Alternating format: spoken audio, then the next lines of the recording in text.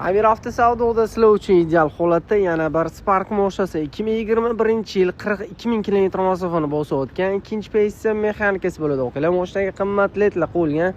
Cobaltdan yangi diska, yangi yumshoq balonligicha ham qo'yib qo'yishibdi. Salon holatini o'qilar ko'rib chiqsam, salonlar ham zo'r holatda turibdi. Ultrol 41973 kilometr. Xo'p, test monitorligicha ham qo'yilgan, klimat kontrolligicha ham uстановка qilib qo'yishdi. Mashinaga qimmat chexol, qimmat ko'rligicha ham hisob qo'yishdi o'qilar. Xullas, texnik tomonlama hech qanaqa muammolar yo'q. Mashina o'qilar benzin holatda, hali gaz o'rnamagan. Даже o'qilar kuzovlarda ham qirilgan, ishlangan joylar ham yo'q.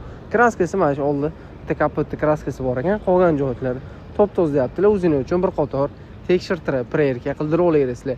2021-yil 42 ming kilometr masofani bosib o'tgan ikkinchi pozitsiya mexanika Spark mashinasini sizlar olib maza qilib uchun $7250 baholandi o'qilar.